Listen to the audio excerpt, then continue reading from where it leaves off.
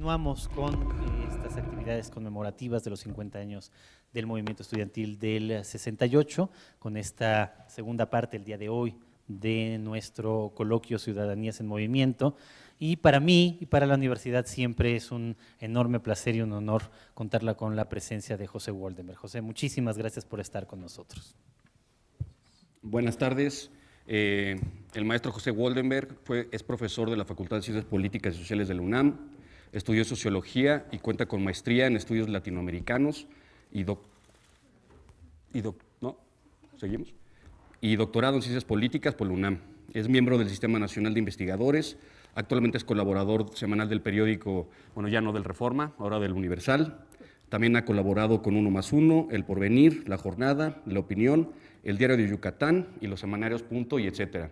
También fue consejero presidente del Instituto Federal Electoral de 1996 a 2003. Y bueno, nos viene a hablar de partidos políticos, de democracia, partidos políticos y el 68. El micrófono, querido Pepe. Gracias.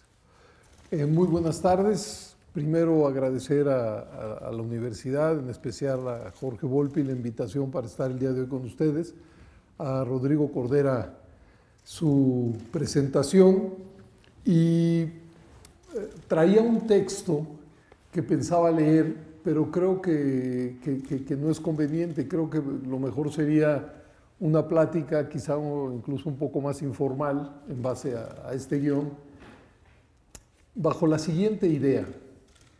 Cuando hablé con los organizadores, lo que yo entendí que se me pedía era cuál habían sido las derivaciones del movimiento de 1968 en términos democráticos, lo que incluye, por supuesto, a los partidos políticos.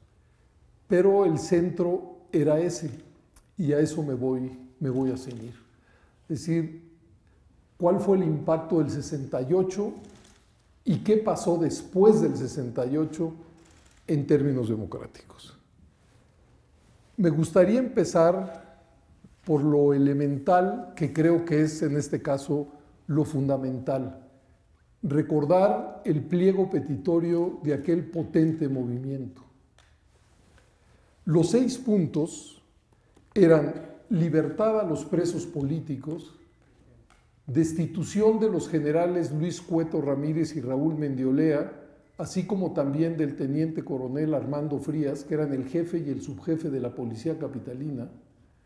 Se demandaba la extinción del cuerpo de granaderos, la derogación de los artículos 145 y 145 bis del Código Penal, que eran los que tipificaban el delito de disolución social y que se consideraba que eran los instrumentos jurídicos de la represión. Los presos políticos del movimiento ferrocarrilero, Demetrio Vallejo, Valentín Campa y sus compañeros, estaban en la cárcel precisamente acusados del delito de disolución social. El quinto era indemnización a los familiares de los muertos y de los heridos, víctimas de las agresiones que se suscitaron a partir del viernes 26. Y el sexto, el deslindamiento de responsabilidades en los actos de represión. ¿Por qué he querido recordar este pliego? Porque cualquiera puede darse cuenta que de las 6 exigencias no hay una sola que tenga que ver con la vida académica o estudiantil. Es decir, el aliento del movimiento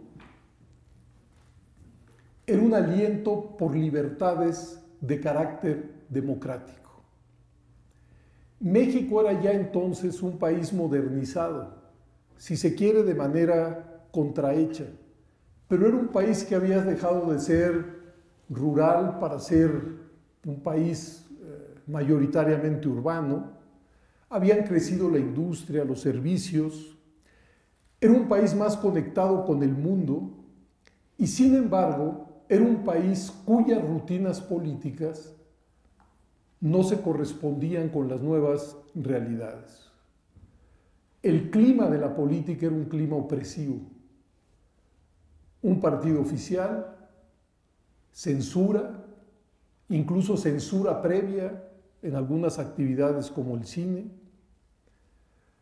una retórica empalagosa, presidencialista, que era incapaz de sintonizar con los nuevos usos de los jóvenes, un verticalismo en cuya cúspide se encontraba el presidente, que demandaba ser reverenciado y obedecido. Y creo que esa contradicción entre un país cada vez más moderno, más educado, más enfocado a los servicios, a la industria, con una clase media expansiva, se ahogaba en el estrecho corsé de la política mexicana. Creo que el movimiento estudiantil expresó una nueva sensibilidad, más abierta, más cosmopolita, ávida de ejercer las libertades y subvertir el orden autoritario. Se trataba básicamente de ejercer derechos y de reconocer que México era ya un país plural en donde diferentes ideologías, puntos de vista, sensibilidades coexistían y estaban obligados a coexistir. El formato de la política de aquel entonces, creo yo, se vivía como una especie de camisa de fuerza. Y lo que ustedes saben, la movilización del 68 fue una movilización de carácter independiente, autónoma, pero los resortes paranoicos del poder, que no estaba acostumbrado a la disidencia, es más, que pensaba que cada disidencia o cada brote de disidencia era sinónimo de subversión, en un ambiente de Guerra Fría, en donde en los circuitos de la política se procesaban este tipo de expresiones como si fueran un reflejo del enfrentamiento entre los dos bloques que organizaban la política internacional, creo que finalmente son los elementos que acaban por explicar la forma dramática en que se le puso fin a este movimiento promisorio. Se utilizó el expediente de la fuerza para cortar de tajo las posibilidades de desarrollo del movimiento, pero si bien la matanza de Tlatelolco cortó el movimiento, no pudo coartar la aspiración democrática que había puesto en marcha el movimiento del 68. Creo yo que incluso visto en retrospectiva, podemos decir que el movimiento de 1968 fue anunciador de los tiempos que venían. ¿Por qué? Porque a diferencia de la pretensión gubernamental que pensó que con mano dura y represión lo que se había expresado en el 68 iba a cesar, lo que se vivió en los años 70 creo que en buena medida puede verse como una continuación de lo que se anunciaba en 68. ¿Qué sucedió en los 70 en México? Que la conflictividad política y social fue a la alta, no a la baja. Recordemos, los movimientos estudiantiles en varias universidades públicas, Puebla, Nuevo León, Oaxaca, Guerrero, Sinaloa, en donde se producen conflictos entre las universidades públicas y las autoridades locales. Son los años también de la llamada insurgencia sindical. Son los años en los que se reanima el movimiento agrario, nuevas invasiones de tierra, surgimiento de nuevas organizaciones en el campo distintas a las oficiales. Son los años en los que aparece una guerrilla urbana, existía ya una guerrilla rural. En el caso de la urbana, de jóvenes que luego del 68 y sobre todo después del 10 de junio del 71 piensan que los cauces de acción públicos y pacíficos están clausurados y que acuden al expediente de las armas como una fórmula también pensada como una fórmula de transformación. Son años en los que aparecen nuevos partidos, en los que se fundan nuevas publicaciones, es decir, la efervescencia que surge en el 68 no termina en el 68, sino que se extiende a lo largo de los años 70. Y esa movilización en el campo, en el sindicalismo, en las universidades, los movimientos populares, incluso los movimientos armados, insisto, el surgimiento de nuevas publicaciones, intentos de partidos, lo que nos habla es de un México plural que no cabe ni quiere hacerlo bajo el manto de una sola organización partidista, de un solo mando de la política que encabeza el presidente de la República. Lo que aparece es ese México diverso, en donde coexisten ideologías, puntos de vista, intereses, formas de ser diverso, y que no quiere reconocerse en el ritual oficial de la política. Creo que son esas expresiones las que están demandando cambios, y cambios muy profundos en la vida política mexicana. Y en contraste, esto hay que decirlo, México va a unas elecciones, las de 1976, en las que aparece en la boleta una sola opción, la del candidato José López Portillo, que es postulado no solamente por el PRI, sino también por el PPS y el PAN. La oposición tradicional que encarna en el PAN, en 1976 es incapaz, por conflictos internos, de postular un candidato a la presidencia de la República. Y ese mismo año el Partido Comunista Mexicano lanza la candidatura de Valentín Campa, viejo sindicalista más que reconocido, pero con la circunstancia de que el Partido Comunista Mexicano no tiene registro. De tal suerte que ese México convulso, contradictorio, lleno de conflictos, de espirales de enfrentamiento, llega a unas elecciones federales en las cuales hay un candidato, un discurso, que por supuesto obtiene el 100% de los votos válidos.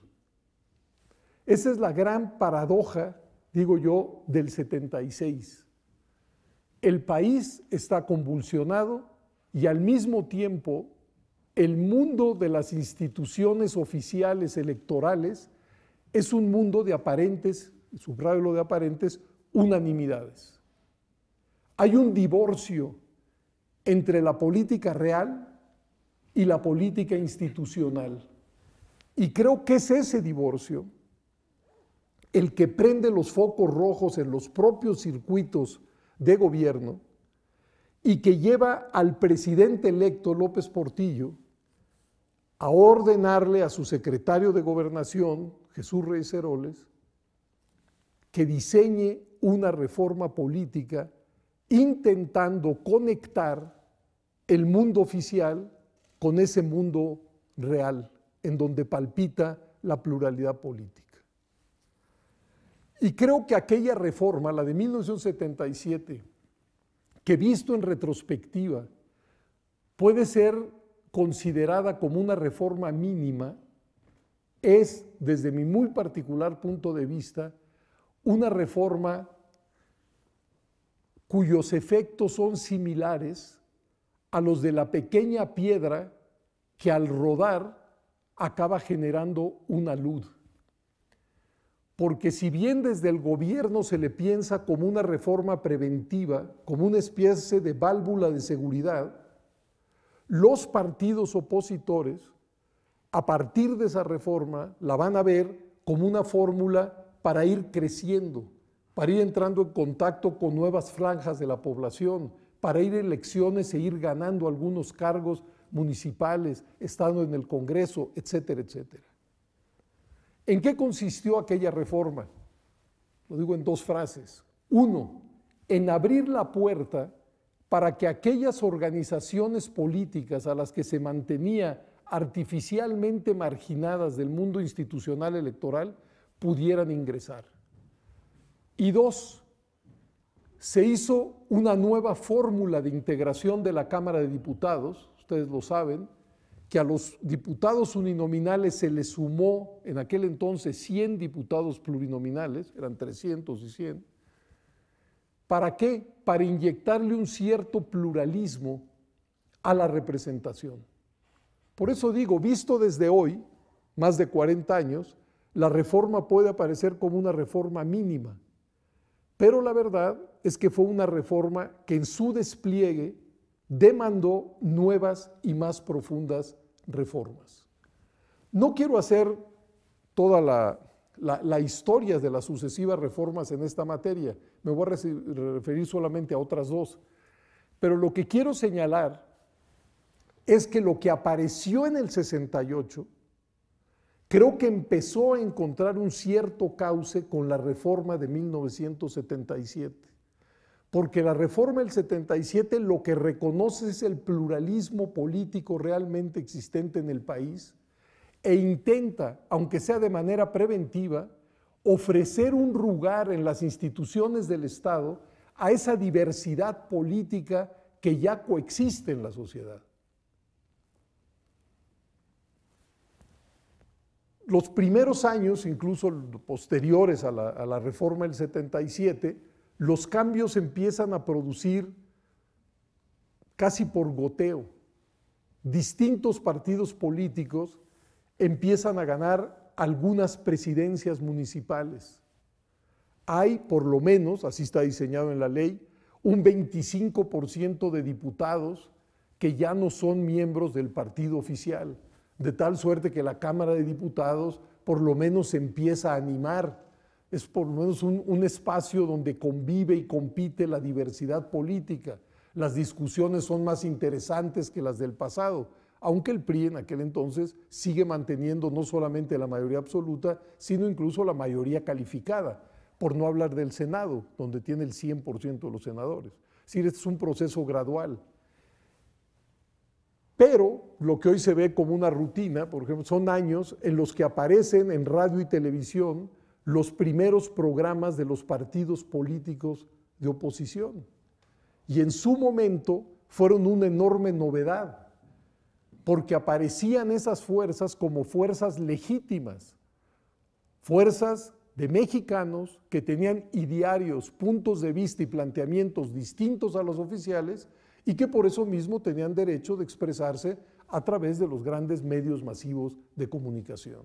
Es decir, paulatinamente se empieza a nacionalizar la idea, si se quiere tardíamente, pero de que México es eso, una sociedad plural, diversa, donde existen distintas corrientes de pensamiento político.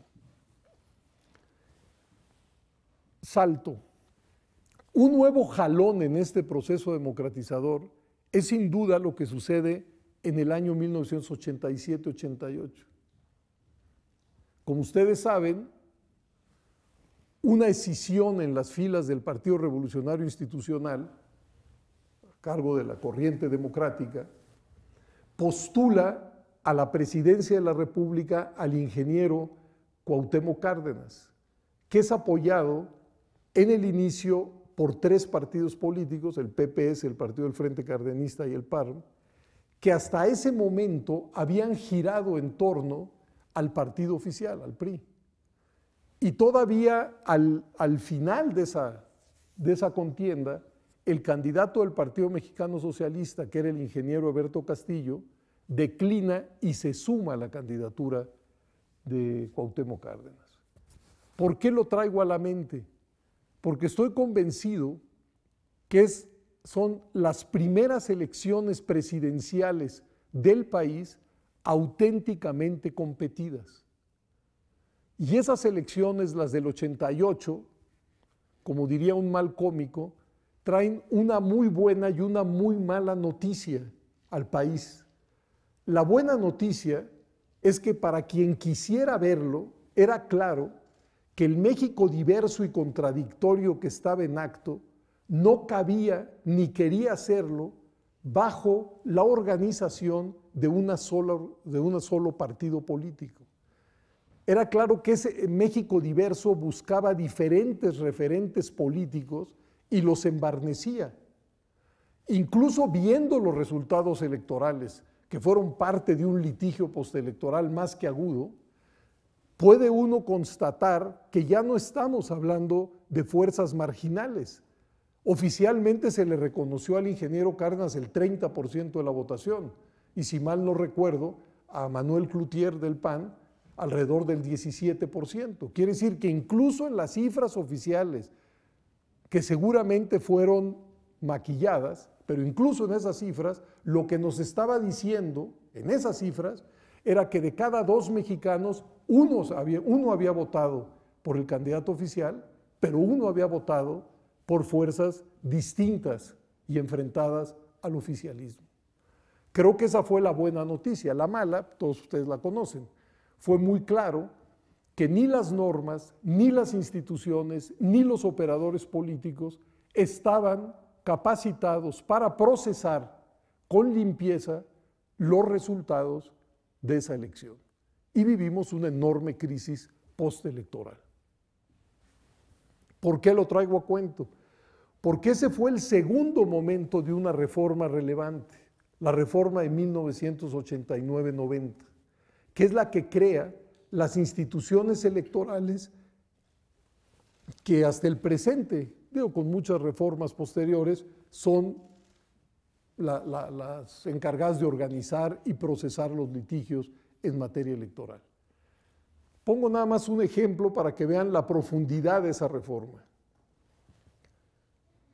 Las elecciones de 1988 las organizó la Comisión Federal Electoral. ¿Cómo estaba compuesta la Comisión Federal Electoral? La presidía el secretario de Gobernación. Había un diputado, un representante de la Cámara de Diputados, un representante de la Cámara de Senadores y representantes de los partidos políticos de manera proporcional al número de sus votos. De tal suerte que en 88 el PRI tenía 16 votos en esa mesa y todos los partidos de oposición junto 12. En el muy remoto caso que el secretario de Gobernación, el diputado y el senador hubieran votado con la oposición unida, de todas maneras la votación hubiera sido 16-15. Bueno, un órgano electoral que se supone tiene que ser imparcial, con esa composición, simple y sencillamente no podía dar garantías de imparcialidad a la diversidad política. ¿Por qué? Porque uno de los competidores era al mismo tiempo juez y parte. Es decir, era competidor como partido y era el que tenía la mayoría de los votos en el órgano electoral. Si eso fuera poco, la ley establecía que el secretario de Gobernación nombraba al presidente y al secretario de los consejos locales y al presidente y al secretario de los consejos distritales. Y el presidente de los consejos distritales nombraba al presidente y al secretario de las mesas directivas de casilla. Es decir, cuando se decía entonces que las elecciones se organizaban desde Gobernación, no se estaba descubriendo nada, así era y así lo señalaba la ley. Bueno, un órgano de esa naturaleza simple y sencillamente no podía ofrecer confianza, garantías de imparcialidad. Fue entonces que en la reforma de 89-90, luego de la crisis del 88, por fortuna, gobierno y oposiciones se dieron cuenta que México no podía ir a unas elecciones con los mismos instrumentos que habían naufragado en el 88. Y es cuando se crea el Instituto Federal Electoral y el Tribunal Federal Electoral. No me voy a alargar tampoco mucho, pero solo para que vean el cambio, el primer Consejo General del IFE, de entonces, estaba el secretario de Gobernación, igual que en la Comisión Federal Electoral. En vez de un diputado, ya iban a ser dos. Uno iba a ser de la mayoría y uno de la minoría. Iba a haber dos senadores, uno de la mayoría y uno de la minoría, más equilibrado, sin duda. Iba a haber representación proporcional de los partidos, pero ahora temperada. Lo máximo que podía tener un partido político era 4 representantes y lo mínimo 1. Y se introdujo por primera vez en la historia de México, estoy hablando desde la historia del México independiente, una figura novedosa, que fue la de los consejeros magistrados, que eran electos por la Cámara de Diputados a propuesta del presidente con una mayoría calificada de 2/3 partes, y que se suponía eran el fiel de la balanza en esa composición. Digamos, esa era la idea. Es interesante, aquí hago una nota a pie de página, porque nuestras autoridades electorales a lo largo de 180 años siempre estuvieron construidas con representantes de los poderes públicos y de los partidos. El problema es que esa fórmula, tarde o temprano, dado que los representantes de los poderes y de los partidos tienen una camiseta partidista, pues siempre se hacía cuentas de quién tenía más o menos votos.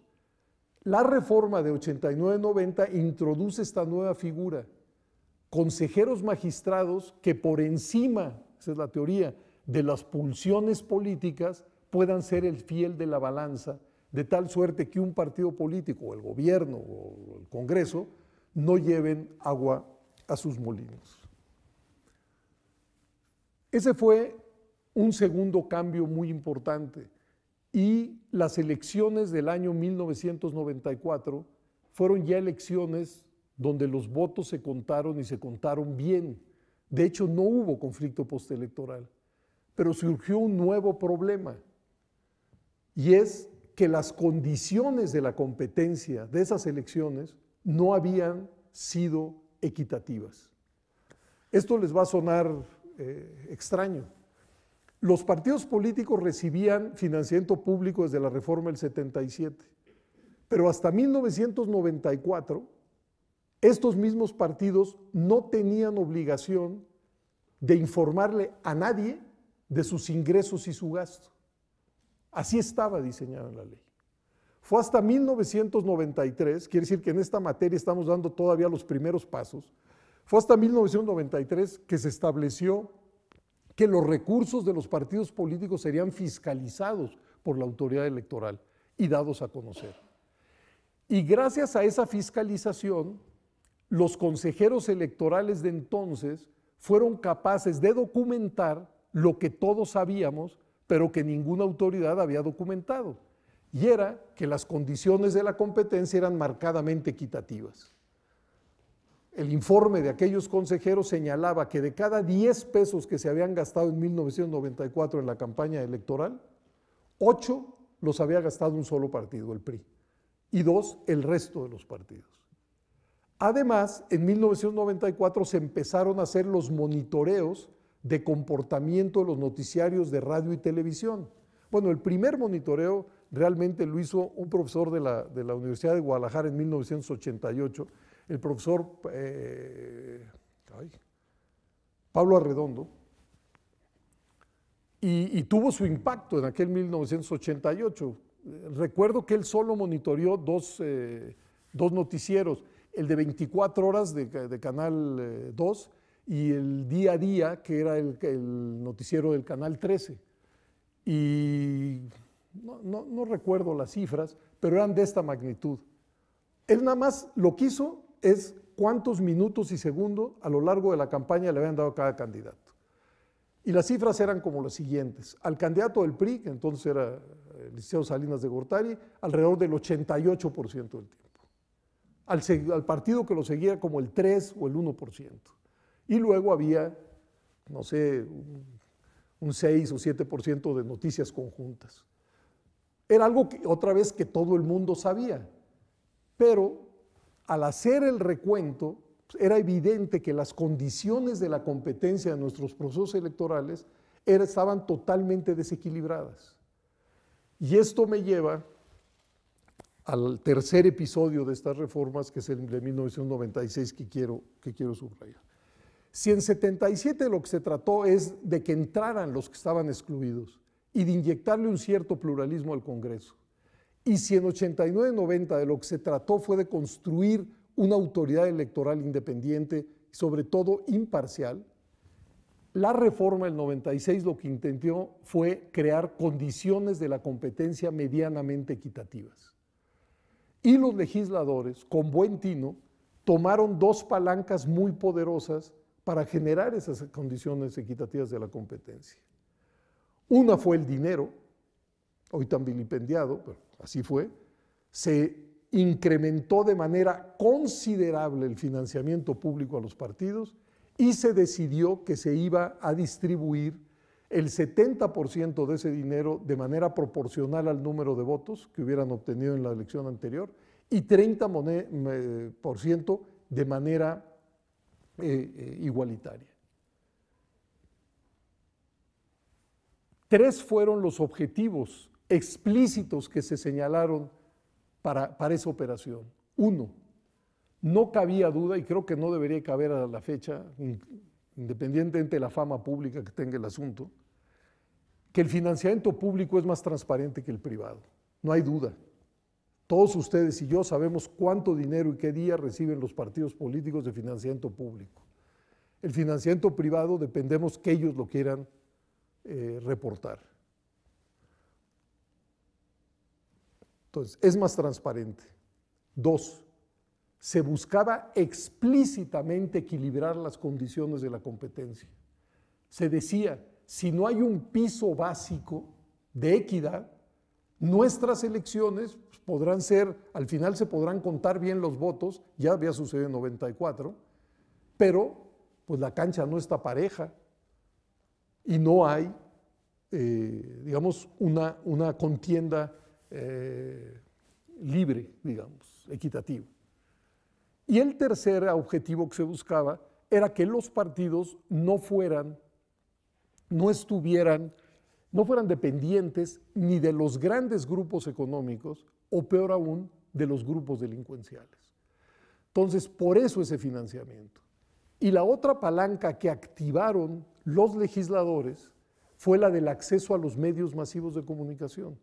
Ya desde el 77 los partidos tenían un espacio en radio y televisión. Se decidió multiplicarlo.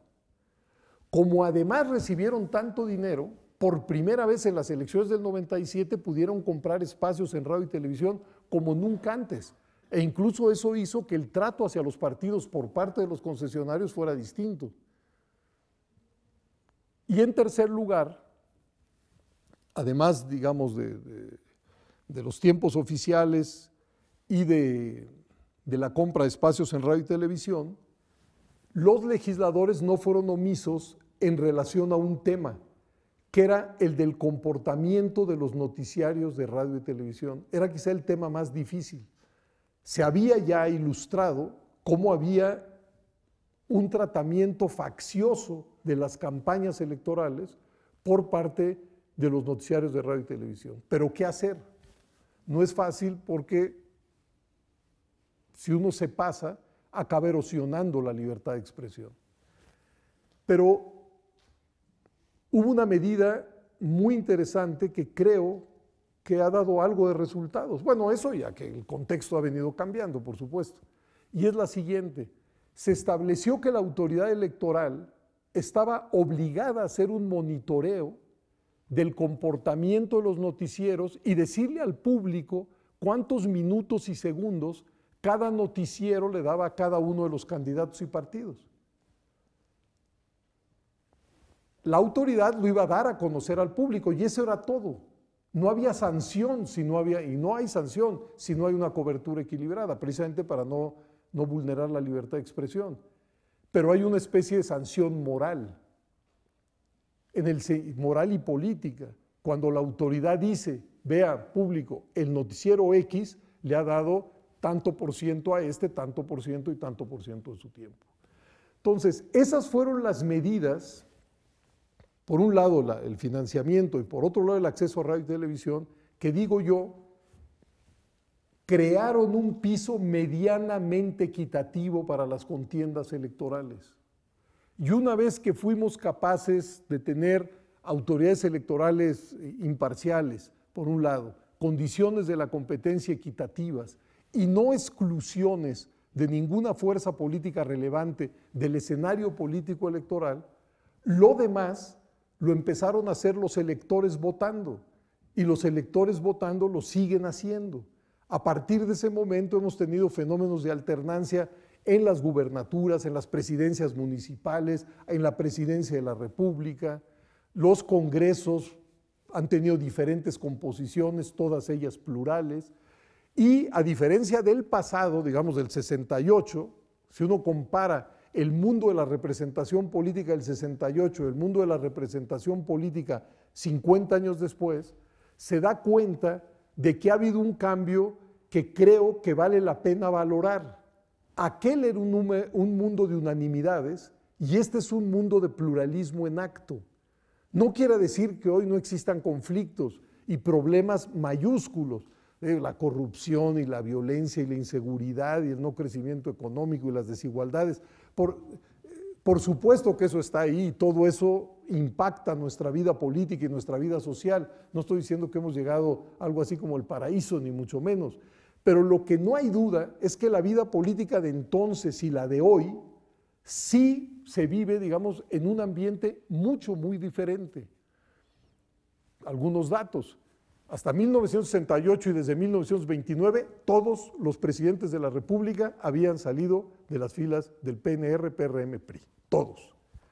Hoy, de las 4 últimas elecciones presidenciales, en 3 ha habido alternancia y solo en una ha habido continuidad. En 1968, todos los gobernadores eran del PRI. Bueno, hoy tenemos gobernadores del PRI, del PAN, de Morena, del PRD, del Partido Verde, CIR, del Movimiento Ciudadano. En aquel entonces, todos los senadores eran de un partido. Hoy tenemos congresos plurales.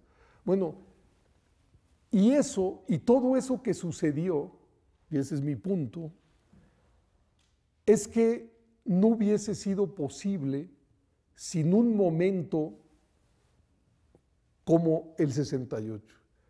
Porque creo que el 68 sí fue un movimiento que puso en el centro de la atención pública que la diversidad política que había en México no podía seguir siendo taponada por un modelo de quehacer político unipartidista o cuasi unipartidista, siempre hubo otros partidos a los flancos del partido oficial, en un sistema cuasi monopartidista y no competitivo. Alguien además podrá decir, bueno, sí, ha cambiado en ese terreno, pero también ha cambiado el terreno del ejercicio de las libertades políticas. Pongo solamente 2 ejemplos para ilustrar esto, no más.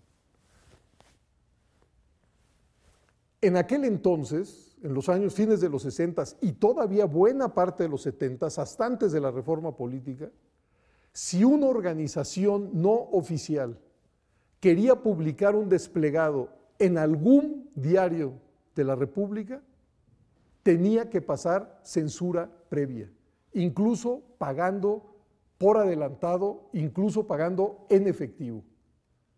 Los medios se tomaban la licencia de leer el texto e incluso de sugerir cambios. Y si no se aceptaban los cambios, el documento no salía, incluso pagando. Bueno, hoy creo yo que en México